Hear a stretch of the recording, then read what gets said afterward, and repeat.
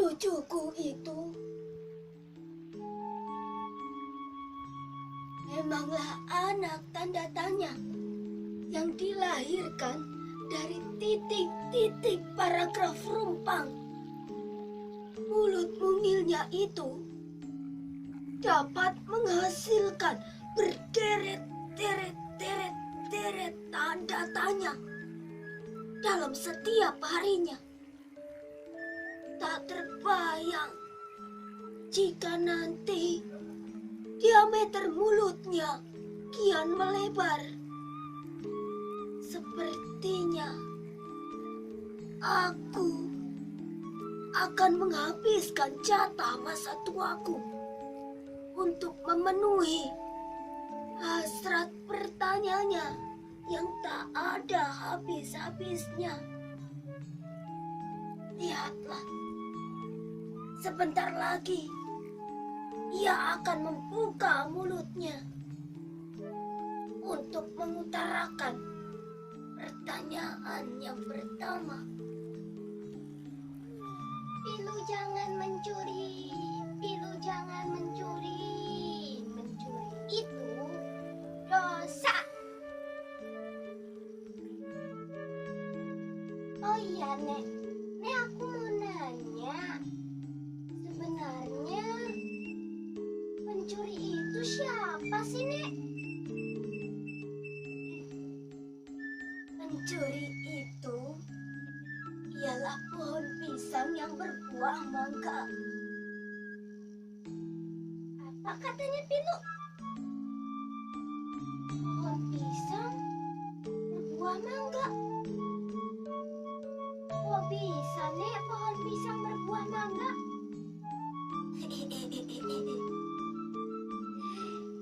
Ya bisa dong. Kan yang nanam pohon pisang itu ngambil buah mangga di pohon orang lain. Itu kan yang dinamakan seorang pencuri. Nenek bisa saja. Iya benar, Nek. Dialah pencuri pohon pisang yang berbuah mangga. Kalau gitu aku mau nanya lagi, Nek. Kalau pemupuk harta itu siapa, Nek? Pemupuk harta itu ialah matahari yang tak mau memancarkan sinarnya, dong. Padahal Allah Subhanahu wa Ta'ala telah melimpahkan sinar yang sangat besar baginya. Namun ia masih saja khawatir akan kehabisan sinar, sehingga ia enggan memancarkan sinarnya untuk alam semesta. Ya dialah pemupuk harta itu. Berarti matahari yang enggan memancarkan sinarnya itu sama dengan orang kaya yang tidak mau berbagi dengan orang yang lebih membutuhkannya, Nek. Betul, Dok.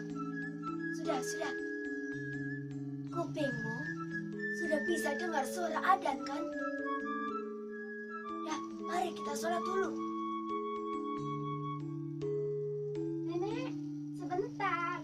Satu pertanyaan lagi saja. Siapakah pemalas itu, Nek? Pertanyaannya yang terakhir tak aku ajukan. Karena sejak dulu aku sudah mendidiknya untuk senantiasa mengutamakan ibadah. Namun kini rupanya ia sedang tenggelam dalam relung tanda tanya, sehingga ia melupakan wejangan dari neneknya ini.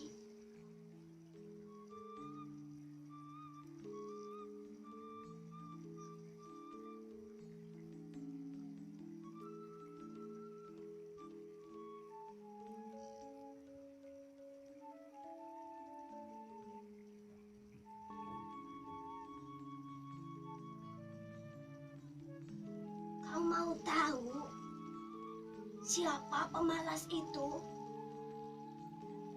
Iya, Nek. Aku mau tahu siapa pemalas itu, Nek. Pemalas itu kamu. Dan kamu itu seperti bumi yang memperlambat waktu edarnya. Padahal Allah telah menentukan waktu yang tepat untuk ia berotasi dan berporos. Namun ia masih saja malas. Kau mau seperti bumi itu? Tidak, Nek. Aku tidak mau. Nenek masih marah ya sama aku. Aku minta maaf, Nenek. Aku janji kalau aku jadi bumi, aku tidak akan memperlambat waktu edarku. Tunggu dulu. Nenek belum sepenuhnya memaafkanmu. Nenek baru memaafkanmu kalau kamu mampu menjawab pertanyaan Nenek. Pertanyaan apa, Nek? Pertanyaannya tentang siapakah penindas itu? Penindas itu ialah orang yang berkuasa, namun ia menyalahgunakan kekuasaannya untuk memanfaatkan dan menyakiti orang lain, Nek. Betul tidak, Nek, jawabanku? Jawabanmu itu sudah benar, tapi masih kurang lengkap. Biar Nenek lengkapi jawabanmu. Penindas ialah gunung berapi yang memaksa masuk ke kota. Padahal letusan gunung berapi itu sangatlah mematikan bagi manusia. Tetapi ia tak memikirkan itu. Gunung tersebut malah mendekati kumpulan manusia. Itulah yang dinamakan seorang penindas. Iya, Nenek. Yang penting jawabanku sudah benar, kan, Nek? Jadi aku sudah bisa dimaafkan, kan? Selain mendapatkan maaf Nenek, aku ingin menanyakan satu pertanyaan pada Nenek tentang siapa sih, Nek, pemanjat kebebasan itu? Pemanjat kebebasan itu ialah burung yang terbang menuju matahari. Burung itu sangatlah mendambakan sebuah kebebasan. Karena selama hidupnya, ia terikat dalam aturan. Padahal, tanpa ia sadari, kebebasannya itu dapat menimbulkan malapetaka baginya sendiri. Terbukti ketika ia terbang ke arah matahari, burung itu hanyalah membunuh dirinya sendiri. Iya ya, Nek. Berarti kita hidup itu harus senantiasa patuh pada aturan ya, Nek, ya?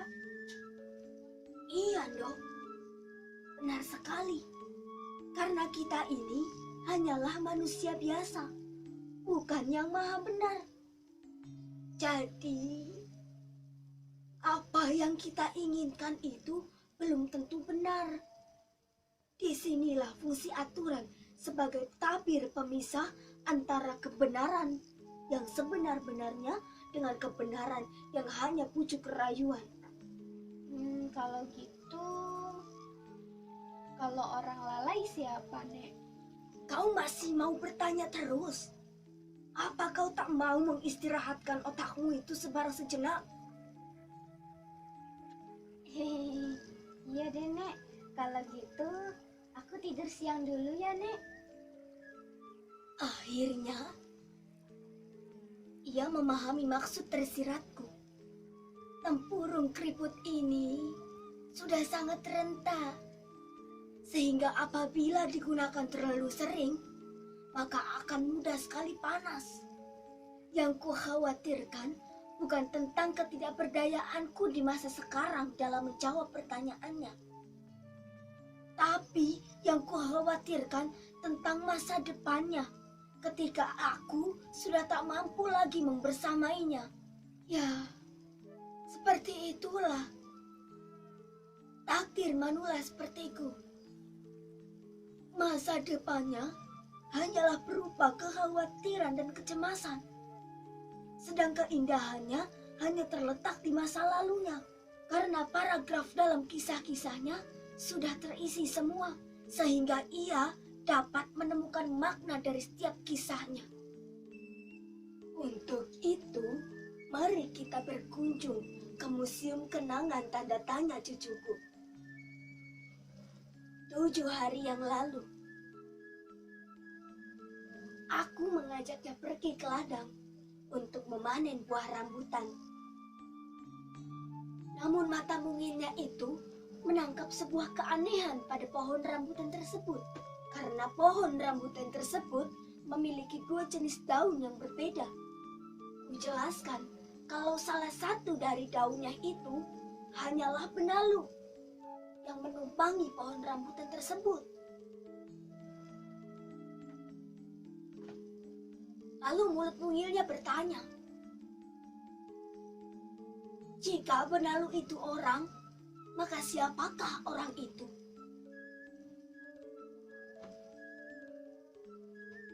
Jawab, benalu ialah orang yang berkuasa, namun tak mampu memimpin. Ia hanya senang berkuasa, namun tak mempunyai rasa tanggung jawab untuk memimpin.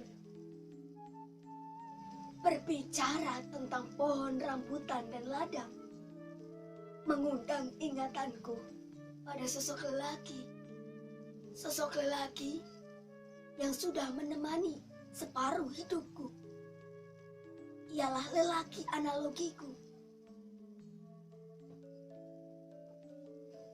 Aku tak pernah membayangkan sebelumnya menikah dengan lelaki tunanetra.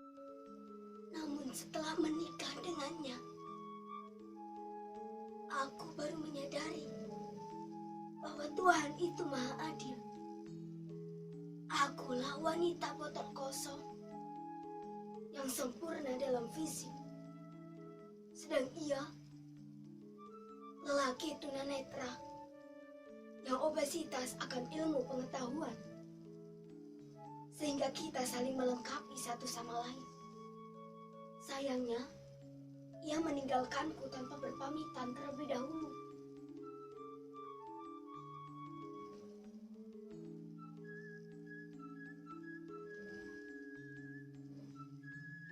Ia hanya membekaliku pengetahuan yang aku gunakan untuk memuaskan hasrat bertanya cucuku.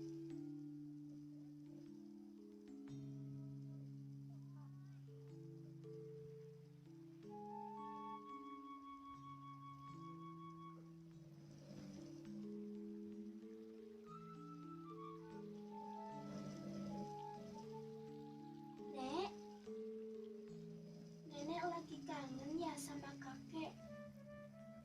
Tidak, Kodok. Nenek hanya teringat kakekmu. Nek, tadi kakek datang ke mimpiku dan ia menjawab pertanyaanku sebelum tidur tentang siapakah orang yang lalai itu, Nek. Nah, kata kakek, orang lalai itu ialah siang yang enggan berganti malam. Nah, kata kakek juga, kalau kakek sekarang masih ada di sini, berarti kakek sama dengan siang yang enggan berganti malam, Nek. Ternyata inilah paragraf terakhir dari kisah filantropiku. Akhirnya paragraf itu telah rampung dan telah bertitik. Selama ini, paragraf itu seakan kehilangan titik. Mencari kata pamit dan kata pisah. Namun kini, Kisah filantropiku sudah rampung dan sudah selesai ku jalani. Baiklah, Dok. Mari kita mulai kisah yang baru, yaitu tentang kisah nenek botol kosong yang sudah terisi dengan kisah cucu tanda tanyaku.